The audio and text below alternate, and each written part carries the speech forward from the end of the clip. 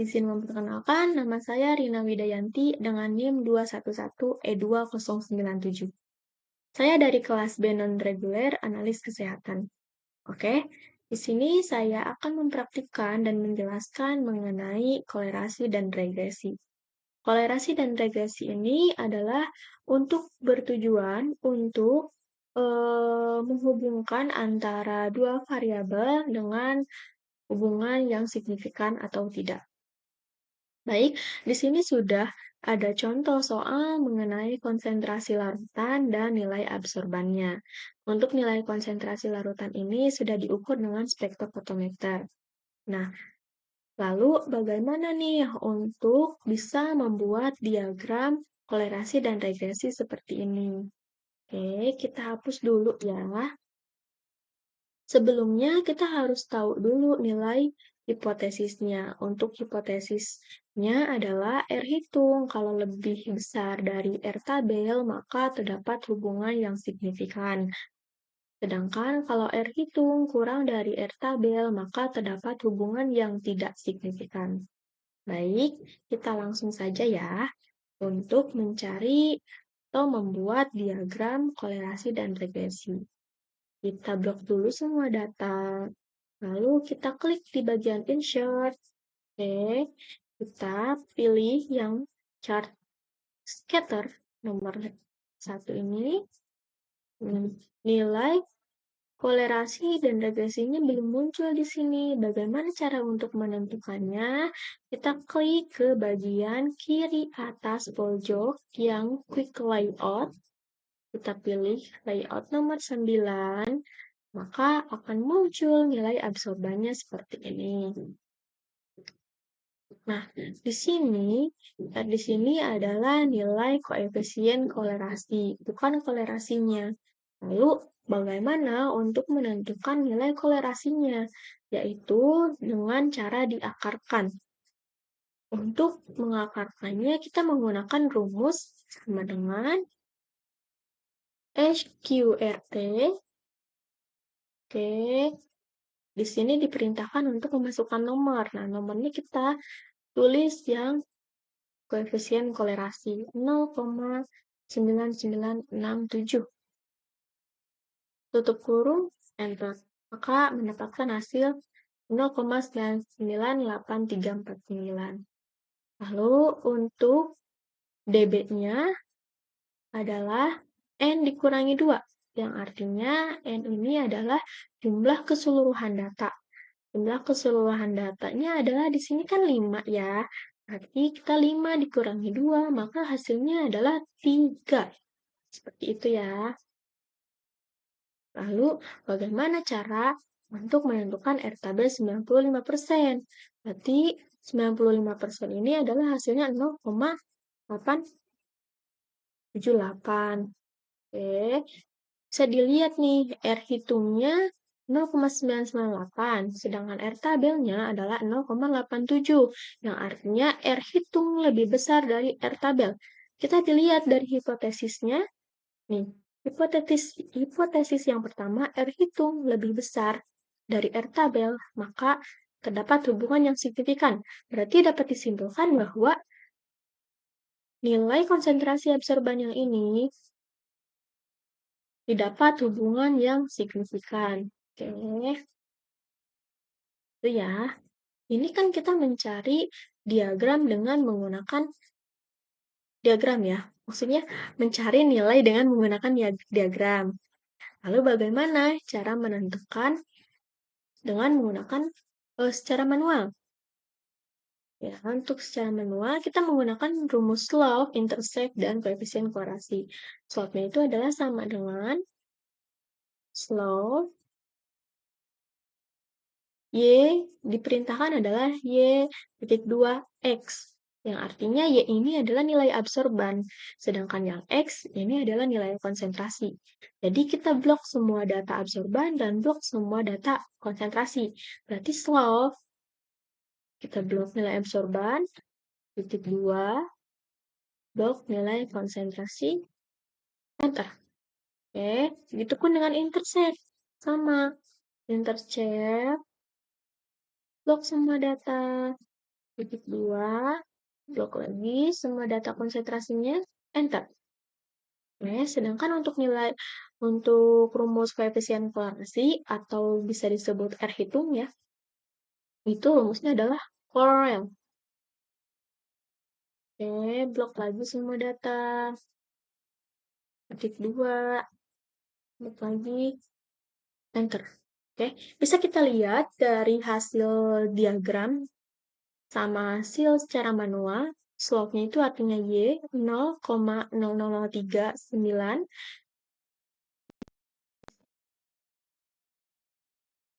yang artinya memang seperti itu ya, kadang suka beda-beda sedikit, tetapi ini bukan menjadi suatu permasalahan yang berarti, jadi tidak apa-apa. Lalu untuk intercept ini adalah 0,0002 dan ini sama ya, 0,002, sedangkan koefisien korelasinya juga sama, 0,99 koefisiennya. Mohon maaf, 0,998. Baik, terima kasih. Semoga dapat dipahami ya. Halo, Assalamualaikum warahmatullahi wabarakatuh. Saya Rina Widayanti dengan NIM 211-2097. Di sini saya akan memenuhi salah satu tugas mata kuliah statistik dan akan mempraktikkan mengenai ANOVA satu arah dengan menggunakan Excel. Kita sudah tahu bahwa ANOVA satu arah ini memiliki satu variabel independen. Di sini sudah ada contoh soal menggunakan pH meter A, B, C, yang artinya menggunakan 3 pH meter. Oke, kita langsung saja. Caranya adalah kita klik di bagian data, kita pilih analis. Oke, karena kita menggunakan ANOVA satu arah, kita pilih yang bagian ANOVA single vector. Oke, oke. Untuk input rank-nya, kita blok di bagian pH meter, semua data ya, beserta judulnya. Lalu kita kolomnya jangan lupa. Dan untuk labelnya kita di checklist, karena tadi kita blok beserta judulnya, dan untuk alfanya itu sendiri adalah 0,05. Untuk input rank ini adalah kita mau taruh di mana untuk penyimpanan datanya. Oke, Kak, kita oke. Akan muncul data seperti ini. Bisa dilihat semua ini 11 adalah jumlah seluruh data. Sama ya. Dan untuk sum-nya ini adalah jumlahnya. Untuk average ini adalah jumlah nilai rata-rata. Dan untuk variance ini jumlah nilai varian. Oke, setelah itu kita harus tahu dulu nih uji hipotesisnya. Hipotesis ya. Untuk uji hipotesis ANOVA satu arah ini adalah H0 diterima dan H1 ditolak jika nilai F itu lebih kecil dari F tabel.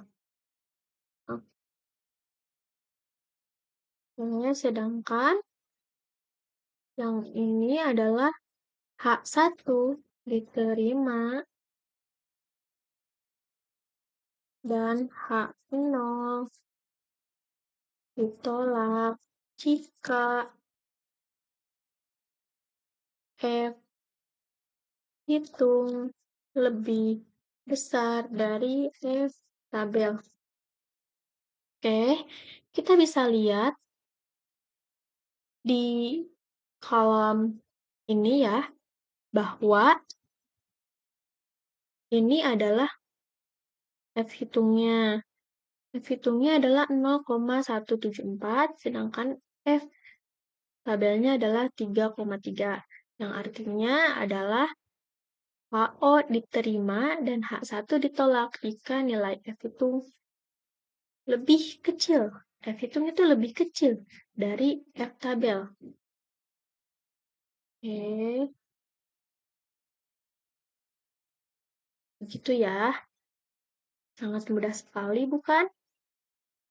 Dan sebenarnya kita juga bisa dilihat dari hasil value-nya. Kalau misal lebih dari 0,5 itu berarti H0 diterima dan H1 ditolak jika nilai F hitung lebih kecil dari F tabel. Seperti itu ya. Terima kasih. Halo, Assalamualaikum warahmatullahi wabarakatuh. Saya Rina Widayanti dengan NIM 2111E2097. Di sini saya akan mempraktikkan atau memenuhi salah satu mata kuliah, memenuhi salah satu tugas mata kuliah statistik. Oke, di sini saya akan menjelaskan mengenai uji F menggunakan Excel. Apa itu uji F?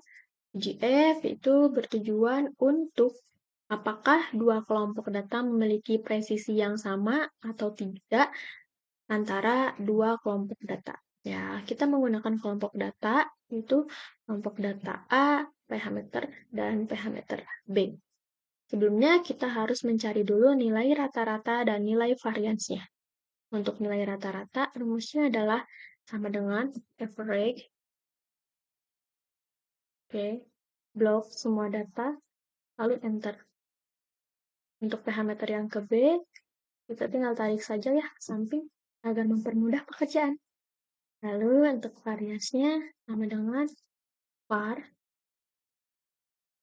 Oke, kita blok lagi semua data. Enter. Ini kita tarik lagi ke samping. Nah, setelah itu kita klik ke bagian data. Lalu kita pilih ke pojok kanan atas, data analisis. Karena kita sedang mencari uji F, berarti kita menggunakan F-test to sample for variance. Oke, kita oke. Nah, untuk variabel, ini ada dua kan ya. Ada variabel satu range dan variabel dua range. Yang artinya, untuk yang pertama ini adalah kita harus mencari dulu nilai varian yang terbesar. Berarti untuk yang pertama nilai yang terbesar adalah 0,025 ya. Berarti kita blok semua data pH meter A karena variansnya lebih besar dari pH meter B ya. Oke, kita blok beserta judulnya. Lalu untuk labelsnya kita checklist karena tadi kita menggunakan judulnya pas di blok. Kalau tidak di blok beserta judulnya itu tidak apa-apa, nggak usah di checklist. Kita checklist dan untuk output range-nya kita bebas mau taruh di mana aja untuk penyimpanan data. Misal contoh kita mau ditaruh di F ya. Oke, maka akan muncul data uji F ya seperti ini. Kita bisa lihat ya, nilai rata-ratanya itu sama 4,0127 sama seperti ini. Oke, untuk variansnya juga ini nilai variansnya. Dan untuk F ini itu adalah nilai F hitungnya.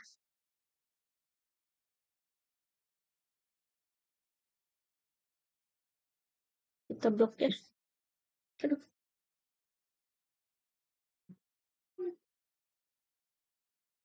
Sedangkan untuk yang terakhir ini F critical one tile itu bisa disebut F tabelnya. Oke.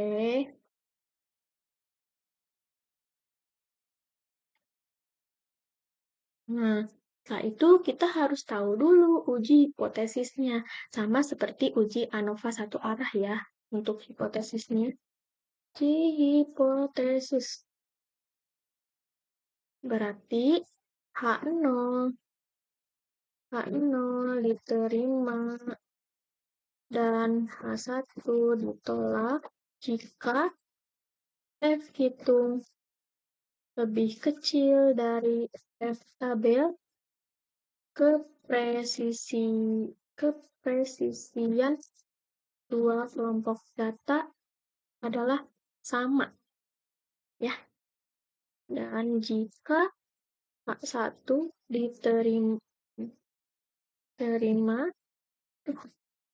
dan H0 ditolak jika F hitung lebih besar dari F tabel,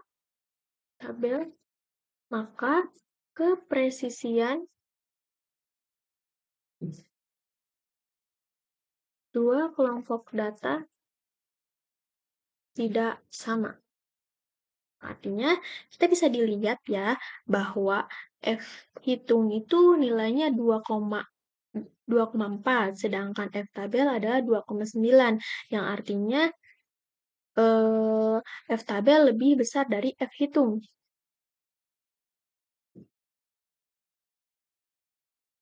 Atau F hitung lebih kecil dari F tabel.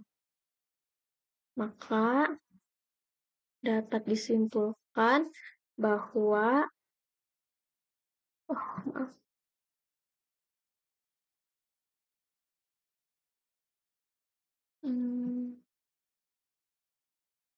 disimpulkan bahwa untuk hipotesisnya adalah H0 diterima dan H1 ditolak jika F hitung lebih kecil dari F tabel, kepresisian dua kelompok data sama, ya. Artinya ini sama. Oke. Aduh, salah.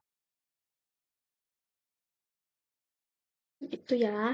Maka kalau sudah mendapatkan hasil uji F, kita bisa langsung nih ke uji T. Sama contohnya. Biasanya langsung ke data analisis. Nah, kalau uji T ini menggunakan uji T sample assuming equal variance karena hasil uji F-nya sudah ada ya. Seperti itu. Terima kasih. Warahmatullahi wabarakatuh. Kembali lagi dengan saya Rina Widayanti. Di sini saya akan mempraktikkan mengenai uji T. Ya, untuk uji T tersendiri itu sama ya, hampir sama pengerjaannya dengan uji F. Kita cari dulu untuk nilai rata-ratanya. Untuk nilai rata-ratanya itu adalah sama dengan kita menggunakan rumus average. Average. Oke, kita blok semua data. Lalu enter. Kita tarik ke samping supaya akan muncul nanti hasil rata-ratanya yang pH meter 2. Untuk variansnya, kita menggunakan rumus sama dengan vars. Oke, kita blok juga semua data, lalu enter. Seperti itu ya. Lalu kita tarik. Nah, begitu. Lalu kita klik ke bagian data. Nah, di pojok kanan atas itu ada data analisis. Kita klik data analisis. Karena hasil uji F yang kemarin adalah kepresisiannya sama, maka kita menggunakan uji T, test to sample assuming equal variance. Gitu ya, teman-teman. Oke, untuk variabel range-nya, ini berbeda ya sama uji F. Cuma kalau uji F ini, variabel satunya itu menggunakan variance yang tertinggi. Sedangkan untuk uji T ini menggunakan nilai rata-rata yang tertinggi. Yang artinya di sini adalah nilai rata-rata yang tertinggi didapat oleh pH meter yang pertama ya. pH meter 1 nih. 4,01 sedangkan untuk pH meter 2 itu 4,002. Jadi kita blok beserta judulnya. Oke. Untuk range yang kedua, kita blok rata-rata yang terendah. Oke, setelah itu jangan lupa kita checklist labelsnya karena tadi menggunakan judul ya. Nah, untuk alpha itu adalah 0,005 dan untuk output range kita taruh bebas mau di mana aja. Misal nih mau di bagian F, boleh kita klik Lalu oke, maka akan muncul data seperti ini ya. Bisa kita lihat bahwa nilai rata-ratanya sama ya antara pH 1 dan pH 1 yang kita cari barusan. Untuk nilai variannya juga sudah didapat 4,012 untuk pH meter 1 dan untuk pH meter 2, mohon maaf, itu varian itu untuk rata-rata ya. Untuk varian sih ini. Nah, ini ada nilai DF, maaf, ini ada nilai T star yang artinya adalah T star ini adalah F hitung.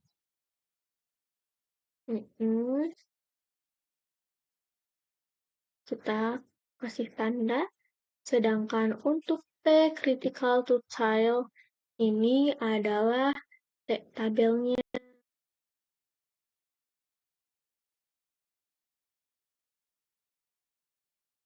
Tabelnya.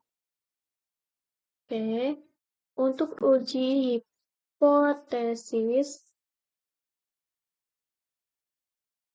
sama seperti uji hipotesis yang uji F bahwa H0 diterima dan H1 ditolak jika F hitung itu lebih kecil dari F tabel, maka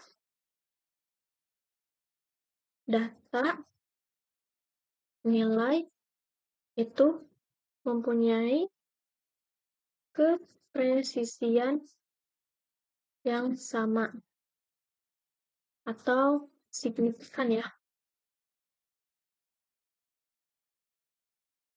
Signifikan. Nah, sedangkan untuk H1 diterima dan H0 ditolak jika F itu lebih besar dari tabel,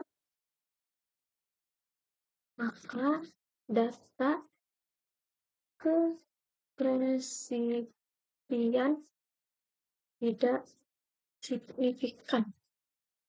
Ya. Nah, boleh kita lihat nih bahwa F hitungnya didapat 0,549, sedangkan untuk F tabelnya adalah 2,85, yang artinya F hitung ini lebih kecil dari F tabel. Maka untuk uji hipotesisnya adalah H0 diterima dan H1 ditolak. Jika F hitung lebih kecil dari F tabel, maka data nilai kepresisian yang sama atau nilainya signifikan.